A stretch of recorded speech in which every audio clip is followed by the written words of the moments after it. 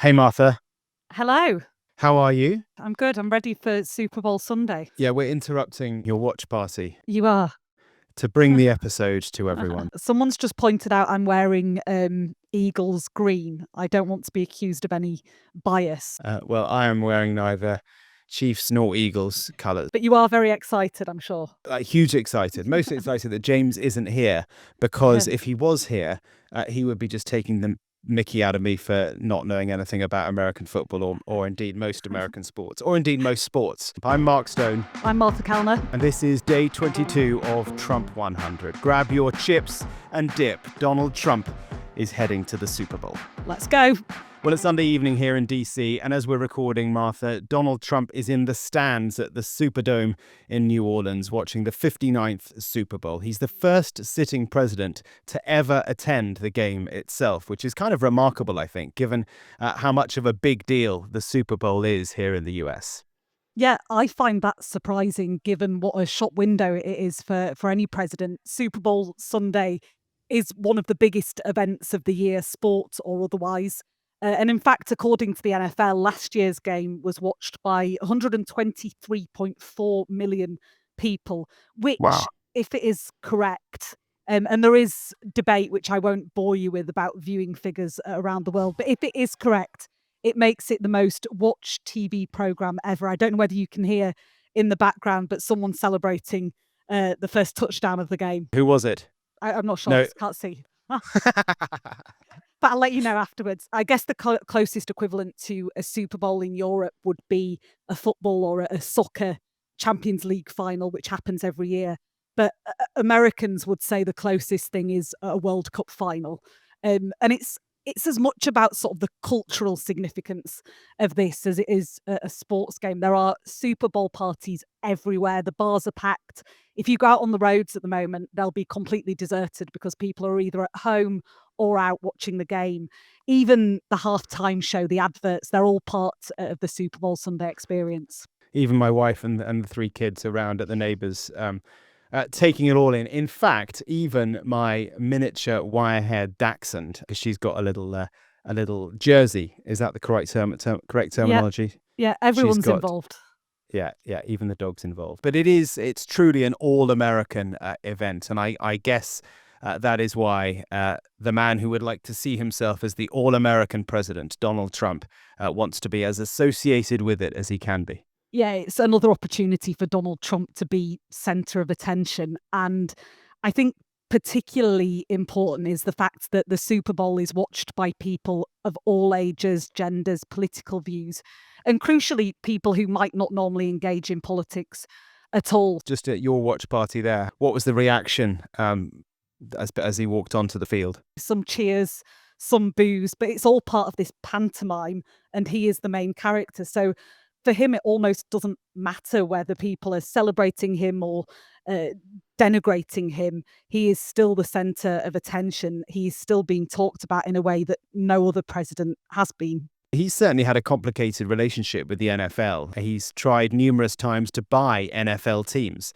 And in the 80s, he bought a team in a rival league to the NFL. And then, true to form, he sued the NFL. More recently, in his first term as president, he called for a boycott of the NFL when players started taking the knee as part of the Black Lives Matter protests. I mean, you and I both remember that. You were here in Washington then, I think, and it was such a huge moment. That was originally first done by Colin Kaepernick back in 2016. He was a player for the San Francisco 49ers, and it spurred on this movement, many players taking the knee as the national anthem was playing, and it infuriated Donald Trump. And he actually said it would be good if some of these NFL owners told those, in Donald Trump's word, sons of bitches, to get off the field. So he has a very complicated relationship with NFL players as well, some of them. It's interesting, there's been an awful lot of talk over the past couple of days about the NFL's decision over the past few days to remove the end racism slogans that have been stenciled onto the end zones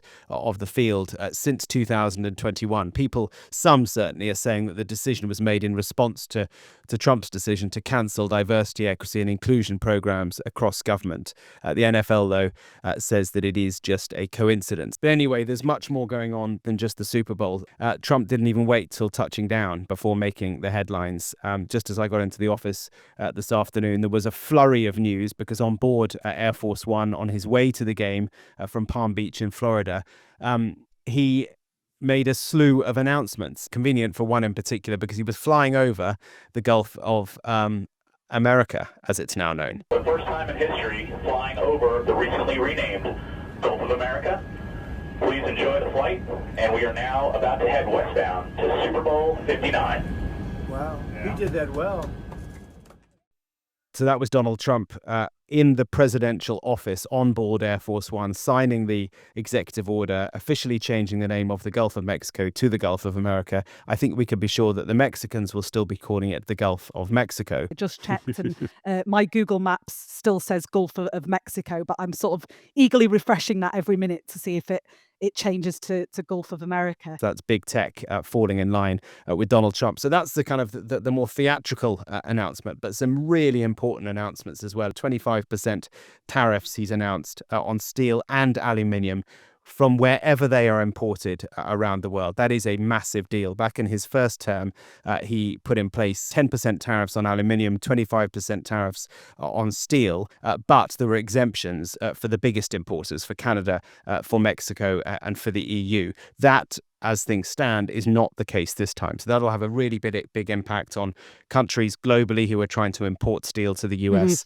And of course, it will put up the cost of construction within the US because they will be either buying steel from elsewhere with a massive tariff, or they'll be buying American steel, which is traditionally more expensive than that which is imported. Yeah, President Trump also repeating his plans for the US to own Gaza, but said he could give sections of the land to other states in the Middle East to help in the rebuilding effort. And plans to meet Russia's President Putin at the right time, he said, as he claimed that the US was making progress on talks between Russia and Ukraine. Interestingly, he was asked whether he had spoken to President Putin since he became president, or was the conversation just before he became president. He wouldn't say when they'd spoken, just that they had spoken. Yeah, Trump never misses a moment to speak to the press, does he? And earlier in the day, Fox News aired a pre-recorded interview with Trump. He sat down with Fox host Brett Baer and talked about his support for Elon Musk. I don't know if it's kickbacks or what's going on, but the people, look, I ran on this, and the people want me to find it. And I've had a great help with Elon Musk, who's been terrific. Bottom line, you say you trust him. Trust Elon? Oh, he's not gaining anything. In fact, I wonder how he can devote the time to it. He's so into it. But I told him do that. Then I'm going to tell him very soon, like maybe in 24 hours, to go check the Department of Education. He's going to find the same thing. Then I'm going to go to the military. Let's check the military. We're going to find billions, hundreds of billions of dollars of fraud and abuse. And, you know, the people elected me on that. He doesn't miss a beat in saying that he does trust Elon Musk. Not only does he trust him, but he wants him to do what he did with USAID, which is to effectively shut it down. He wants him to now go into the Department of Education, which I think we will see early this week, and into the Department of Defense as well, and do just the same thing. I mean, staggering changes taking place at a remarkable speed to the federal government. He is doing exactly what he said he would do, but the impact for so many workers and the knock-on into different sectors is vast. But Martha, as a consequence of that, Time magazine, I think, has seized the moment. Did you see the cover of their latest issue? I did, and I thought if there was one way to irritate and irk Donald Trump, it is seeing a mocked-up picture of Elon Musk sat behind his desk. The sort of inference from Time magazine was that it's actually Elon Musk who's running this country and not Donald Trump. And I just thought it was so clever because I can imagine Donald Trump ripping up that magazine in front of his staff, throwing it on the fire. You know, that will have really, really angered him. Yeah, if one way to irritate Donald Trump, also one way to illustrate what many people believe is going on is that the man actually in charge of all this, making these decisions, is not Donald Trump, but Elon Musk is clearly a very, very successful businessman. I mean, that is self-evident, right? Yeah, But what does he know about these different government departments? Nothing. And the the stakes are just so much higher here as well. Yes, he's gone into, Tesla and SpaceX and Twitter and made big sweeping changes. But sure, if something goes wrong at Tesla, you're talking about it setting back the electric vehicle manufacturing business. You're talking about, yeah, it's sad, but people losing their jobs. When we're talking about federal government, the implications are just so much bigger than that, aren't they? And Yeah. Elon Musk doesn't have experience working in government. He doesn't understand how the mechanisms work. Yes, they're unwieldy, but we don't quite know what effect they will have, and we probably won't for weeks, months to come. And I think everyone still feels that there's a sense of inevitability around a falling out between the president and Elon Musk at some point. A sense that they can't coexist like this for a full 4-year term. Something else from that Fox interview, Mark, Donald Yeah. Trump was praising the Kansas City Chiefs quarterback, Pat Mahomes. He's their star player, and his wife, Brittany Mahomes. He was saying, she's a vocal MAGA supporter. And one thing that I'll be watching closely in the game is how Brittany Mahomes interacts with Taylor Swift. So Taylor Swift is the girlfriend of another Kansas City Chiefs star, Travis Kelce, and she and Brittany often sit next to each other in the box. They celebrate touchdowns together, they're hugging together. They're apparently very good friends, but they have politically staunchly different views. While Brittany Mahomes is a very vocal supporter of Donald Trump, Taylor Swift, everyone knows, is a Democrat. She came out in support of Kamala Harris. She'd also come out in support of Joe Biden 4 years previously. So, that's interesting that Donald Trump just, is so good at embracing pop culture and going for the jugular there. Yeah, Trump is making himself inescapable. I certainly feel that. I don't know about you. I bet you do. And most Americans, certainly I think, would have gone days without even seeing or thinking about President Biden. But Donald Trump is making sure that they are seeing him and thinking about him, whether that's good thoughts or bad thoughts, an awful lot. I think you're lucky if hours go by without seeing Donald Trump somewhere. Multiple news conferences a day, multiple appearances per day. I mean, hats off to him, given how old he is. I mean, it's quite remarkable how he's got the stamina of I don't know what. It's quite impressive. And how he operates on so little sleep. He is omnipresent at the moment. Before we go, Mark, you're strapping yourself in for what I'm sure will be another busy week in Washington, D.C. What exactly can we expect, do you think? Well, one interesting thing that that is different from the Biden time is that we don't actually know a great deal. There will be lots of surprises. For example, we only just heard in the last hour that the tariffs thing, that's going to be a big story over the next day, 25% on steel and aluminium. We've discussed that. It'll be big. Tuesday, we know that Jordan's King Abdullah is in Washington. Gaza will clearly be absolutely the top of the agenda there. King Abdullah has been absolutely clear repeatedly that Gazan Palestinian refugees will not be able to come to Jordan, as Donald Trump has insisted they would go. And so that conversation between Trump and Abdullah will be fascinating. Maybe something on plastic as well. He said that that paper straws don't work. Bring back plastic, he has said. People want plastic straws back. He's tapping Well, into a culture war. Even our very own James Matthews said, I hate paper straws. All I would say, anecdotally, is that America needs no encouragement to bring back plastic, because it is absolutely, of all the countries I've lived in, Martha, maybe this is libelous, but I'm going to say it anyway. I've never known a country that uses more plastic and is less interested in recycling. Yeah, it's a single-use disaster. Martha, you were late to this podcast because you went back to see a woman who you helped rescue from the Palisades fire at the beginning of the month, the beginning of January, right? Mm-hmm. Yeah, this was a woman, 84-year-old woman called Liz Lerner. And as we were driving through Pacific Palisades on the day that the fires broke out, she was standing at the end of her driveway and said, I don't have any friends, I don't have any family, can you help me? And she actually ended up in hospital having had a heart attack as she was being evacuated.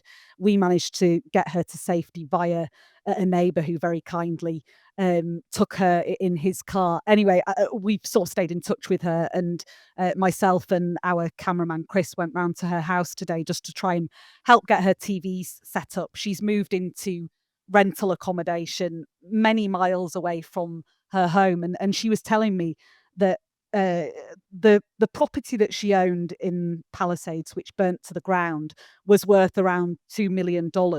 Well, now she's been offered by a property developer $200,000 for My that God. plot of land. But it just made me think there are people who are going to be making a lot of money from this disaster in LA, and just how essential it is that elderly people and vulnerable people are taken care of so that they're not victims of exploitation by property developers, as you know, as that area is rebuilt. Great that you're keeping up with her.